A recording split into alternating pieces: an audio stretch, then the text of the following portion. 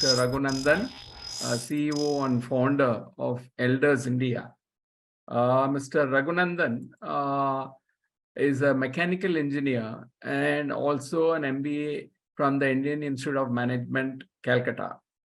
He was one of the early employees of IBM and played a key role in spearheading IBM's growth in the country. He was part of the core management team that set up IBM Global Services in India. And he went on to become the first international assignee from IBM India in 1998. And after a 3-year stint at the leadership level in finance at Tokyo, he came back as the Chief Financial Officer of India in 2001 and became a board member of IBM in India. He was selected by the Confederation of Indian Industries, CII, as one of India's young achievers to meet and interact with the then British Prime Minister, Mr. Tony Blair, during his visit to India in 2002. Raghu went on to take leadership positions in sales, business development, and services in his career spanning 20 years at IBM before joining Cisco as their managing director for India for India and SAARC countries for the services business.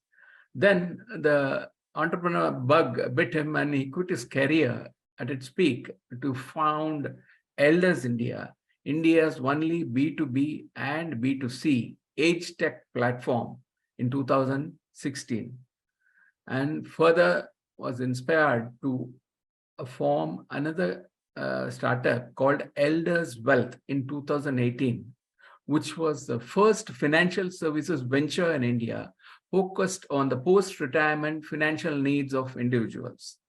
He was one of the key contributors of a recently published book called Embracing the Golden Years, edited by Chris Gopalakrishnan of Infosys fame, and along with Divya Alexander and Suganti Baliga. We are all of us know the demographic change happening all across the world, and more and more people joining the elders, age of elders above 60, 65. So he has got something to share with us to help us plan for that in specific. So welcome, Raghu. Over to you, please.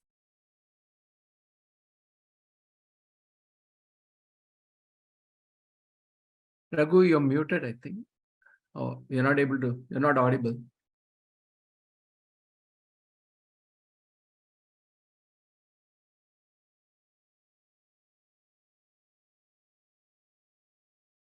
No. It was fine a few minutes ago. I don't know, please check. Okay, any better now? Yeah, got you. Friends, please leave the questions in the chat box, or at the end of the session, it'll be answered by Raghu. Sure. So you're able to hear me now, right? Yeah. Okay, excellent. Thanks, Arun. And I'm absolutely privileged to talk to this audience, which, as you told Arun just some time back, is comprised of senior finance professionals at almost at the peak of their respective careers. So it reminds me of the wonderful days that I had as a finance professional during the early days of my career. I thank you, Arun, and FENG for this wonderful opportunity. As Arun mentioned, so we will be discussing a little bit about the longevity, the changes that is occurring. I know there are a few who are joining from outside India. I will have a little more references to India, given that that's where I'm coming from, and but many of the things that I do discuss here will be potentially applicable to most of you, right? So with that, let me just quickly start my presentation. If you could just tell me when you see, it will be nice. Are you able to see? Not yet. Not yet.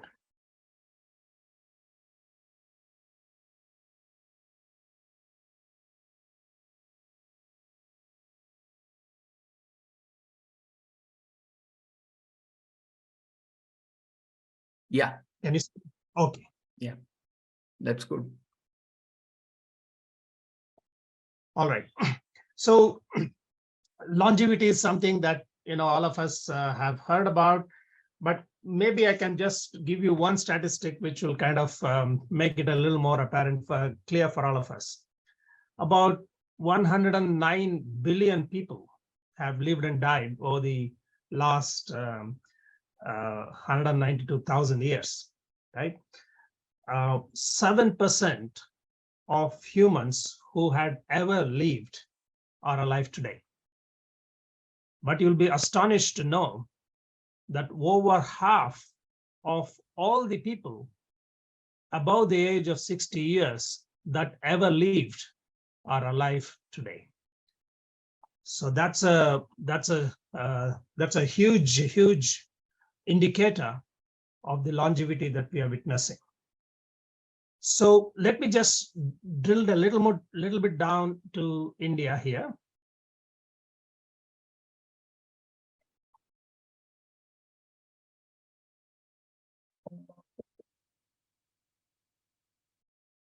In India, the life expectancy has significantly increased from 1800 to 2020. You can see the graph.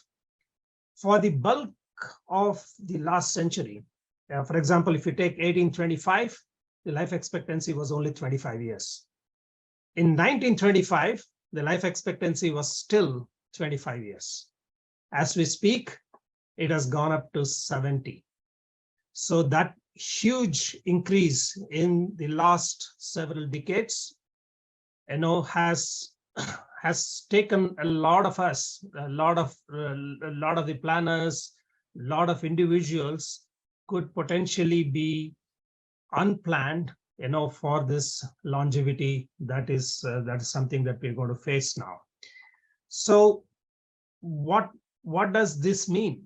So, for example, if you look at someone like me, and I'm told the average age of the people attending this seminar could be in the 45 years or so. If you're born in India, let's say 45 years ago, your life expectancy would have been less than 45. So we have already crossed the average life expectancy at birth. So so someone who's getting born today will have a very high chances of living beyond 100 years. If you are a teenager in a developed country, you are likely to live. There is a 50% chance of you living more than 115 years. So that's a huge change in our thinking. And why is this relevant? I might actually recommend if you are able to lay your hands on a book called 100-Year Life, which got published 4 or 5 years ago. This is written by Andrew Scott and Linda Grattan, who are the professors at London Business School. So what they say in terms of the implication of this is, typically we are used to studying for about 25, 30 years, working for about 20, 30 years, and then the post-retirement life, it's just about 15, 20 years. So for every year of working, you'll probably have half a year of post-retirement life. But if you are going to live for 115 years, that means for every year of working, you'll have 2 to 3 years of post-retirement life. That will change everything. So that will change the way we look at careers. That will change the way we look at the financial corpus that you may need at retirement. That will actually change the entire concept of retirement. So you'll be looking at 2 or 3 careers during the course of your professional life. So there's a lot of implications for longevity. Moving on, if you look at the changing age profile of India's population, this is very recent, 2011. You can see this almost like a triangle, a wider base and a very tapered top. And and now in another less than 15 years, you're going to see the bulge moving up into the middle, and you're going to see the tapering that is happening even at the bottom. And what's the implication of that? The implication is from the point of what we call a dependency ratio.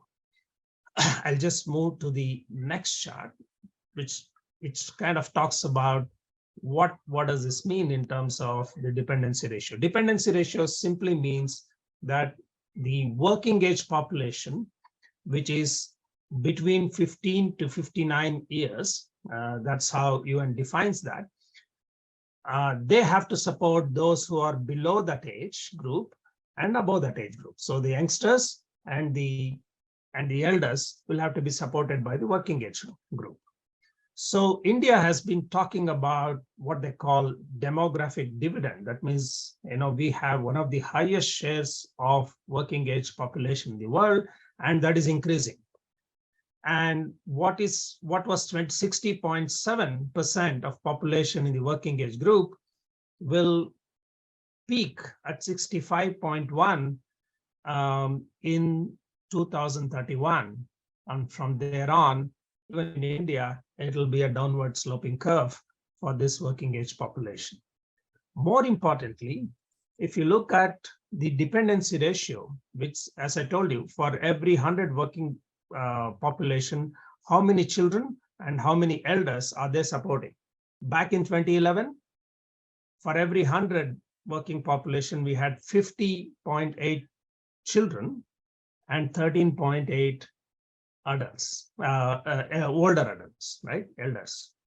And it is rapidly changing. By 2036, this will be 31 children and 23 elders. And by 2050, this will swap. The working age population will be supporting more elders than children by 2050 in India. 31 elders to 29 children for every 100 working population.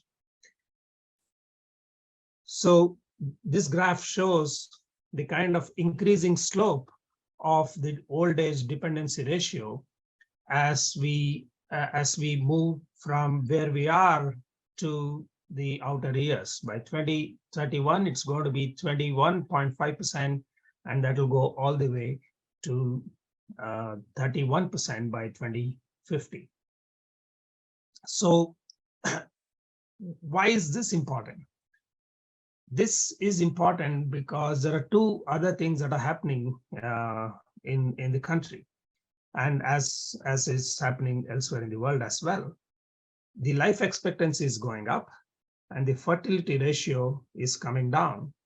Fertility ratio is the number of children per family. You can look at it that way, which was 5.9 in 1950, go down to 1.8 by 2015. Many of the Western countries are already at 2 or below 2, right?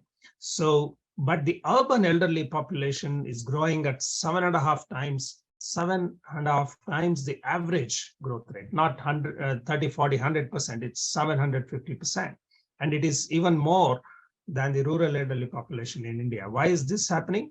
Because as we have nuclear families, single child families, the parents will also move with the child when the child moves in search of jobs or for jobs in the cities. So when that happens, a lot of new complications arise, as we'll talk about. But this is happening, mind you, because of the work opportunities. And where are the corporates currently in terms of understanding this issue? They're at best, they would have some sort of a childcare facility, especially in India. Very, very few corporates have risen to the fact that their employees will be supporting more elders. And therefore, there is a huge shift, even from the point of what the corporate needs to do, and definitely what the governments need to do in terms of the policy making. So this elder care is not just something that that we can easily understand. So we talked about elders moving from, let's say, rural or smaller towns into urban areas, and in a joint family environment, which was kind of prevalent in India, especially in those areas, in a familiar surroundings, what would have been automatically provided for will have to be now explicitly understood and provided for when these changes happen. And many of the elders are unable to understand, articulate, or even seek help, and much less the children themselves, right? You do not know what are those needs that needs to be explicitly provided for. So the elder care is still seen in a very reactive context almost around the world, definitely in India, that elder care means, yeah, you need to, when something happens, they're no longer mobile, they're bedridden, or they have they come back from hospitalization, or they fall. You kind of provide some uh, assistant, attender support or a nursing support, and then you're done your job. But that's not how we see our child care. We do not limit the child care to just providing food and shelter and safety, but there's a lot more planning that is involved. But that is not done as far as elder care is concerned, and that is because we don't understand. And therefore, elder care has multiple stakeholders. Elders themselves, as I told you, many of them don't realize themselves. There are employees or individuals, corporates, service providers, and definitely the government. So for this to kind of really happen, a lot of people, a lot of agencies will have to come together. So so that's about longevity and its implications in general. So what does it mean when it comes to an individual, right? As all of us, what is it that we can do?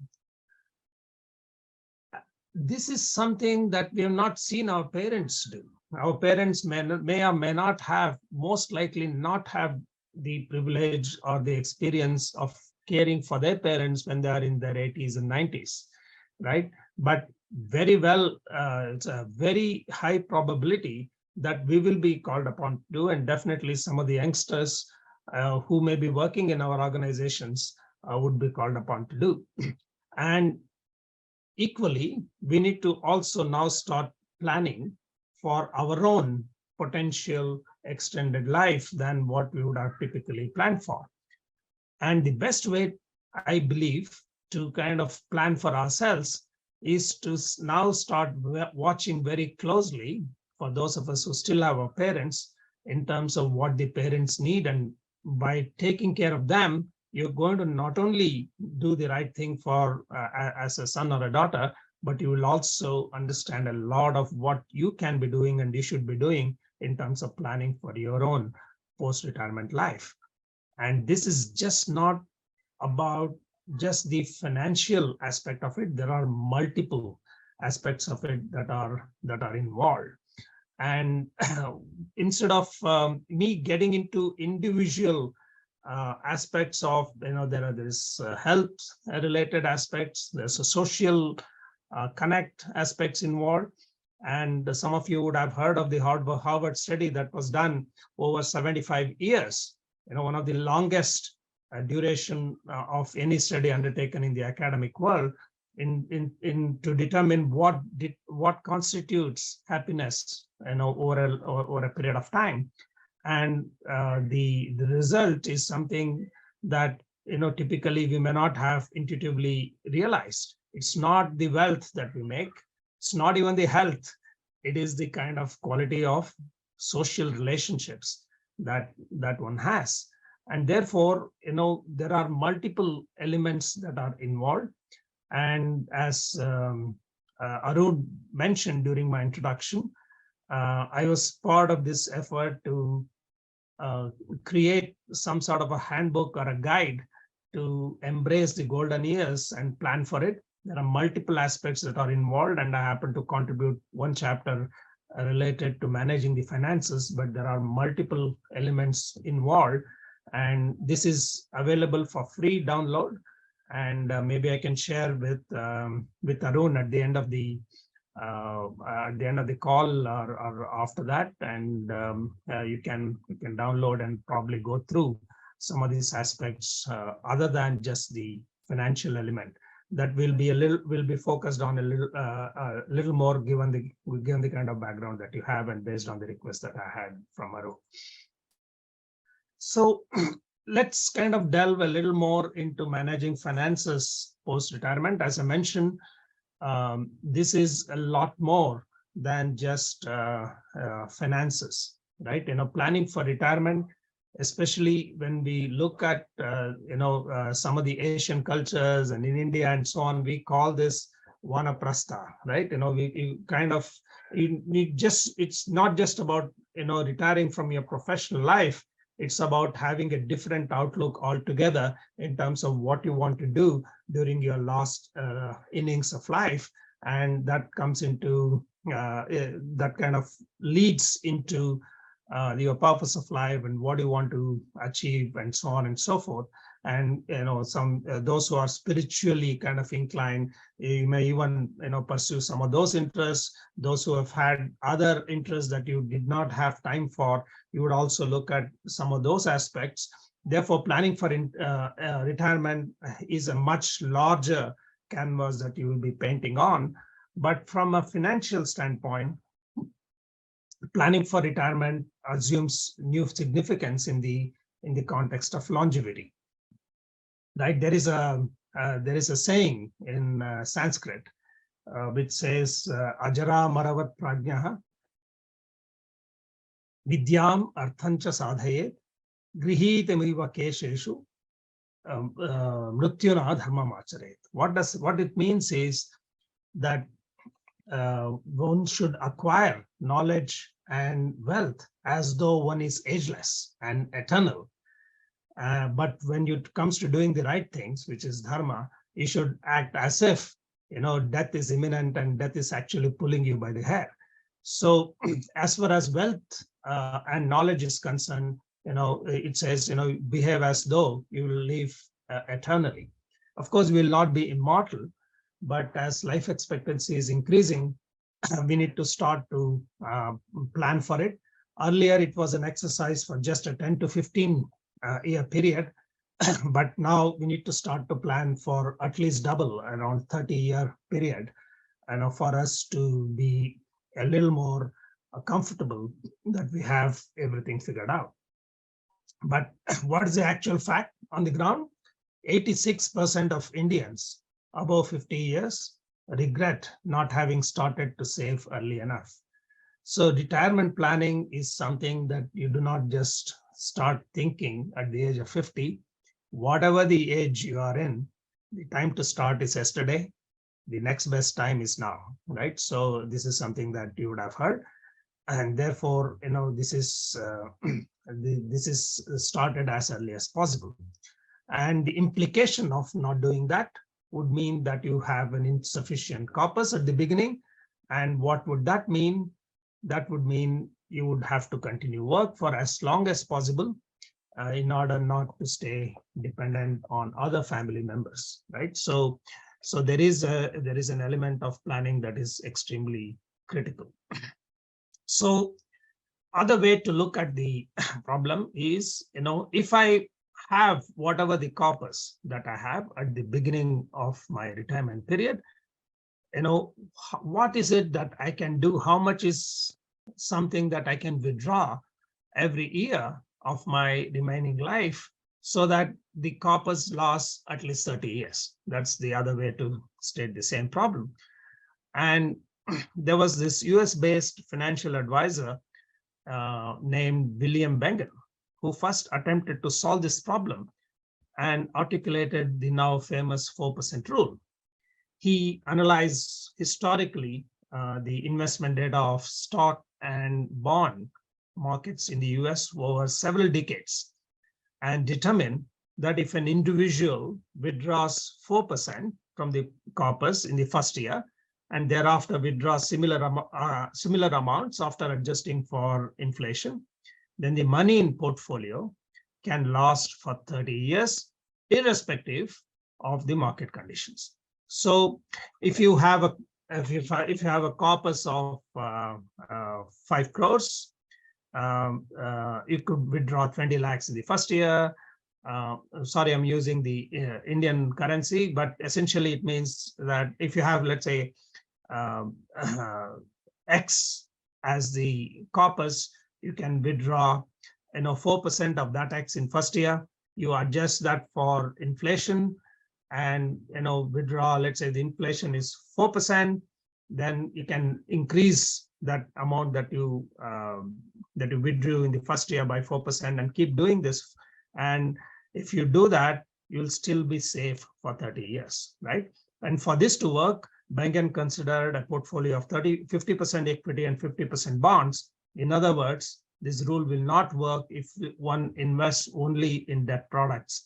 A portfolio approach will be needed. So while this is used as a thumb rule in the US now, it serves as a lesson for us, right? With the time horizon of 30 plus years, we can no longer consider investing retirement corpuses only in the no risk options to preserve the capital. But since the time horizon is high earlier, when it's 10 to 15 years, there is very little time left for you to kind of bounce back. But when you have a longer time frame, a portfolio approach will be very much needed. And what it also means is that the asset allocation and financial discipline will be very, very crucial, right? If you look at India, a lot of elders today are low on liquidity but high on real estate assets, right? And they have this emotional attachment to real estate assets, and then they get into liquidity crisis. So obviously, if you have more than one, if you are fortunate to have more than one residential houses, you should probably consider monetizing the house other than that you live, and see what you can do to kind of invest on the monetized financial element. So there are multiple elements obviously involved in terms of management and the financial discipline involved. As we mentioned, keep looking at your risk appetite, your change circumstances, making sure that the emergency funds are available and deployed in short-term debt funds and bank deposits, and review the asset allocation in line with the changing market conditions, especially inflation becomes particularly important. And those older adults who are well placed financially often look to leave a legacy or a gift for their grandchildren. This component of the asset can be invested in more aggressive mutual funds or equity for the long term. There are obviously professional help that's available, and you should seek to do that. One of the things that I noticed, since we are financial professionals here, is that even those who are very good in managing corporate finances often tend to ignore what we need to do for our own personal finance. Even during my finance days, I was quite poor in managing my personal finance, and only sometime much later I was able to kind of get a little more focus. And even today, some of the folks who approach us are actually finance professionals, and they haven't had the time or they haven't given enough attention to their own personal finance. So this is something that we all need to do. So the next point is around communicating with your family.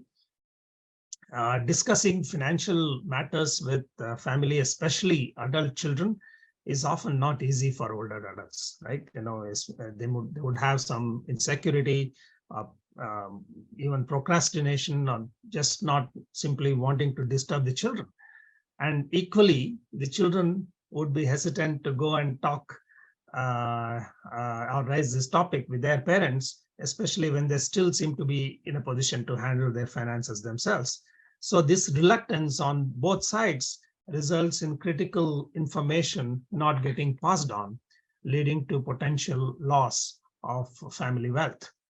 The family wealth that is locked in the Indian financial system is almost 1 lakh crores. That's all. That's like 1 trillion rupees of unclaimed money is lying in the Indian financial system, for the simple reason that this communication between a parent and a child did not happen. And this is something that I can relate to, because this is what I lost my father a couple of years back, and there was a period of time when, after he had the stroke, that he was not fully himself. And when on a given day, when I saw a lot of papers in his drawer where he used to keep all those financial papers, I saw unbanked checks, I saw some matured fixed deposit receipts and so on. When I asked him, he just said this, he did not remember.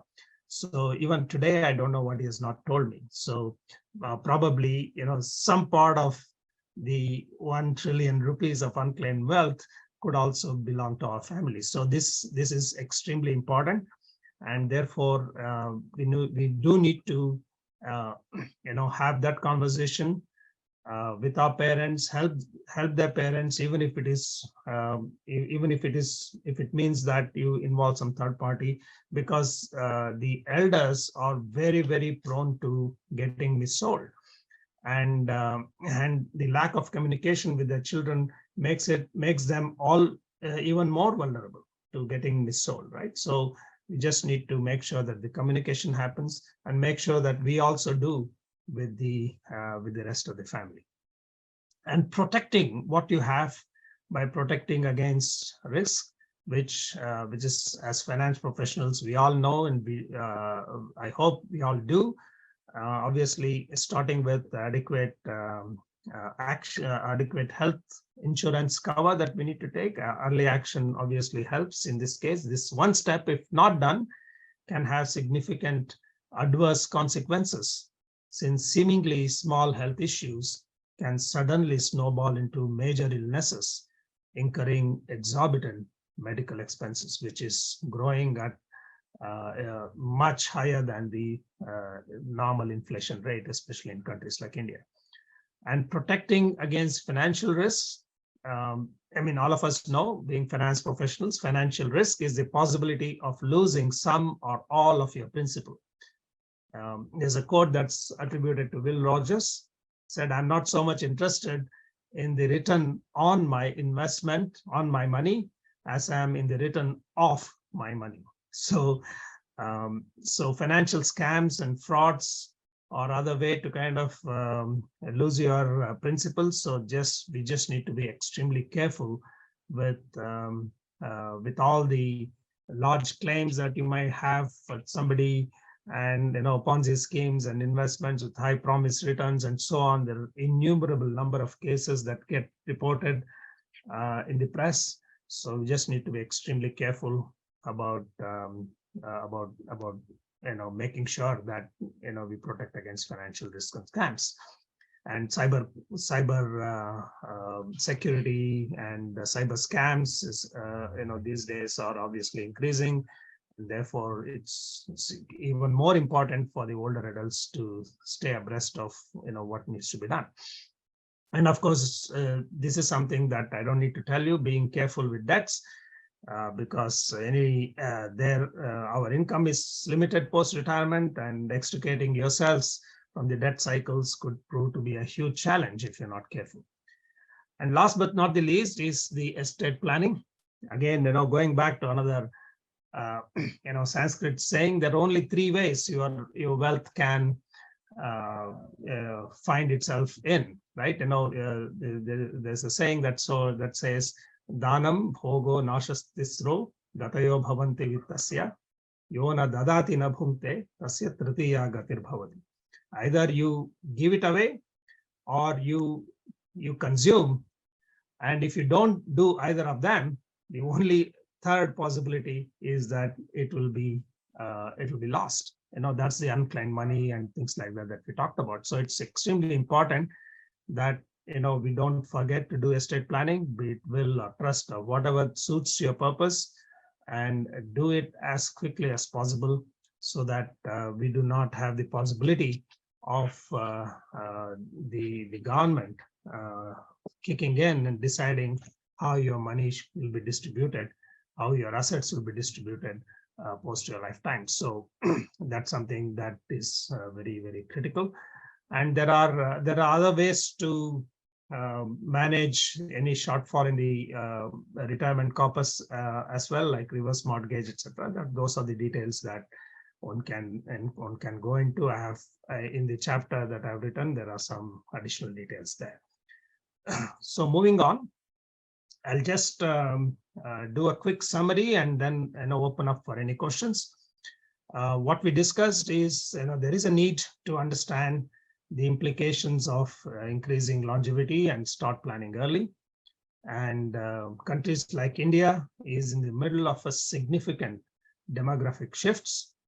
And we also need to understand that there is elder care becomes increasingly important and greater awareness is needed. And as we discussed, we don't have much of understanding of what are those needs and what is it that we can do to address this gray tsunami and demographic time bomb. It's not just a demographic dividend anymore.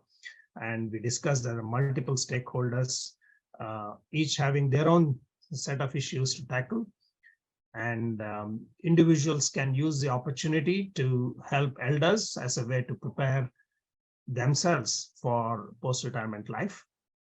And we discussed that post-retirement time horizon has increased. We need to look at 30 years, not 10 or 15 years anymore. And that makes planning crucial.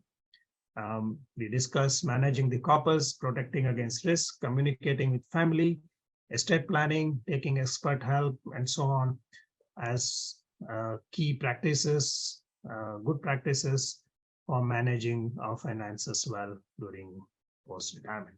So let me just stop here and see if any of you have any questions, and then we can take from there. Hi, Raghu. This is Shivraj from New York. Thank you for your presentation. Very insightful.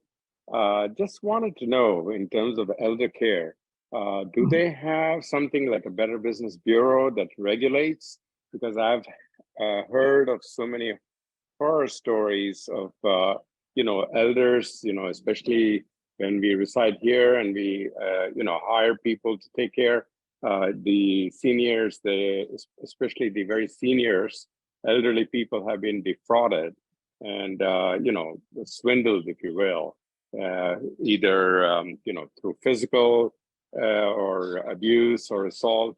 Are there, in terms of like the regulatory governing bodies or something that you see in the horizon? Because I do know, or at least I haven't heard of so far, because I am looking into elder care for my parents in Chennai.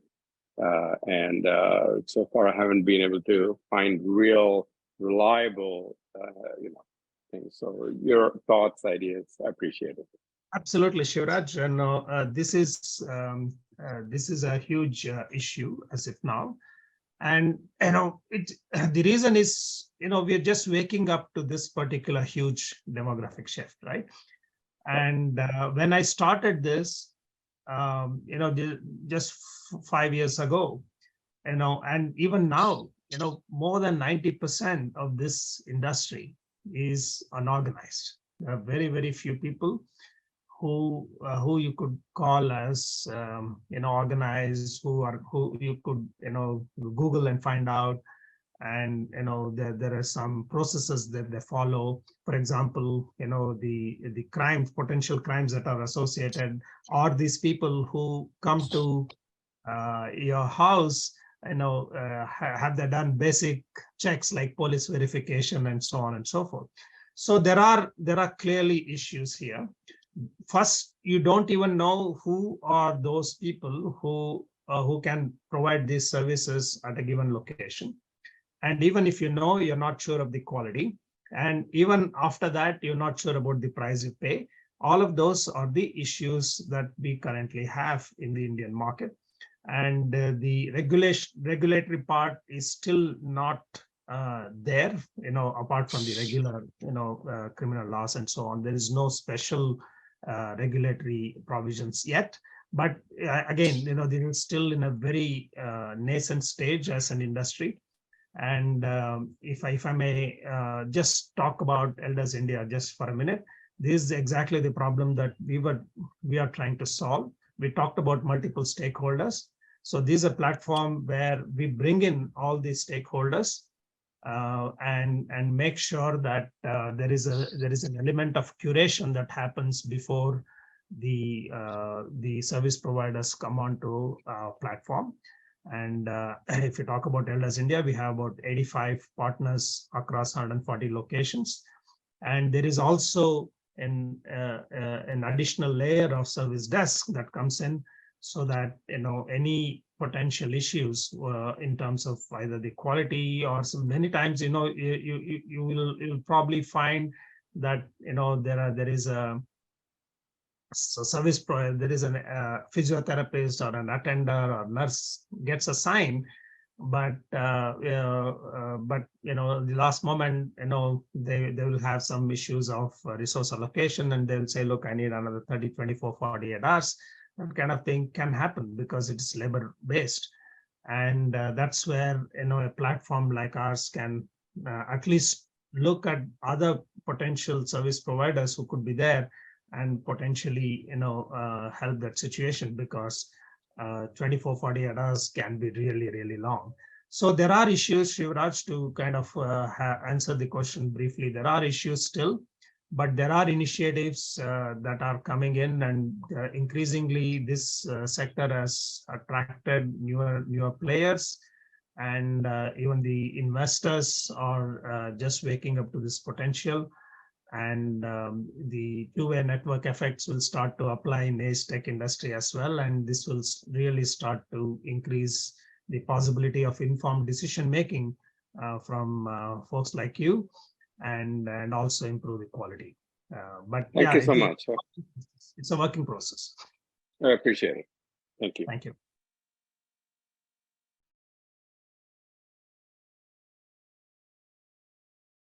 Yeah, there is a question from Vinita. Okay.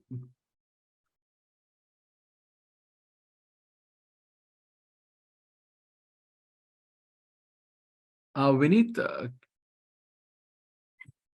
is it there in the chat? Yeah. Yes. I don't. Okay. I don't see it. If someone could read.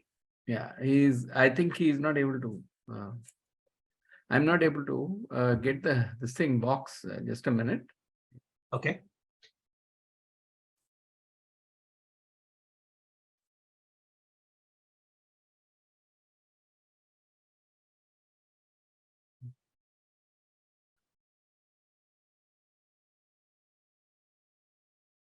Okay, I think I got that. He sent it to everyone. So you got it, huh? Okay. Yeah, I got it. Not able to.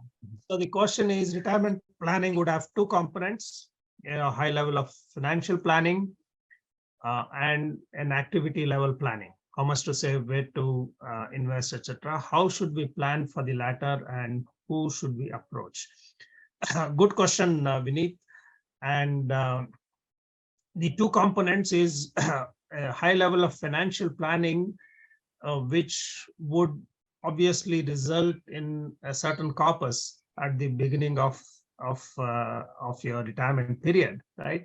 And then the next, and of course during that period, building into your retirement, obviously you could potentially take a little more risk, because you're still earning. So the asset allocation during the period, building the corpus that is needed. And once that happens, we discuss in some length in terms of what is it that we can do, how much we can withdraw, each year to last for 30 years.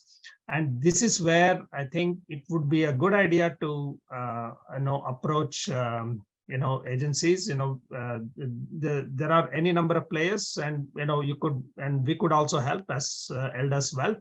We have done it for quite a few professionals. Essentially, it would mean not just investing in different buckets, and obviously you would need to see, under the short term, what are the investments that will make sure that you will have enough liquidity. Look at in the medium term, provide for specific large expenses that you would incur. Assuming that most of the other risk cover is already taken. The first thing that we need to do, as we discussed, is to make sure there is adequate health cover. And then you look at bigger chunks of cash flow that you anticipate and provide for it. And the third one is a regular review, at least once a year review that you can do along with these financial planners that you can undertake, just to make sure that you're not blindsided by any assumptions going differently, either because some circumstances have changed in the market or some circumstances have changed for you from a personal standpoint. So these are the exercises that we would need to do, and make sure that we don't look at any additional risk that we take beyond what is something that you can afford. That's the point that we made around not taking financial risk.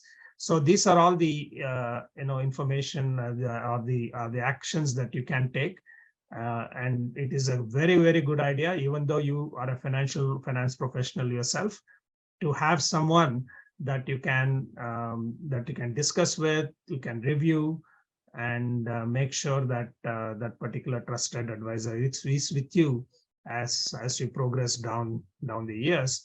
And some of the other aspects like estate planning and so on, definitely it's a good idea to approach somebody who's qualified there. And for each of these, there are professional help available, and I can help you in case you need any help as well. Absolutely.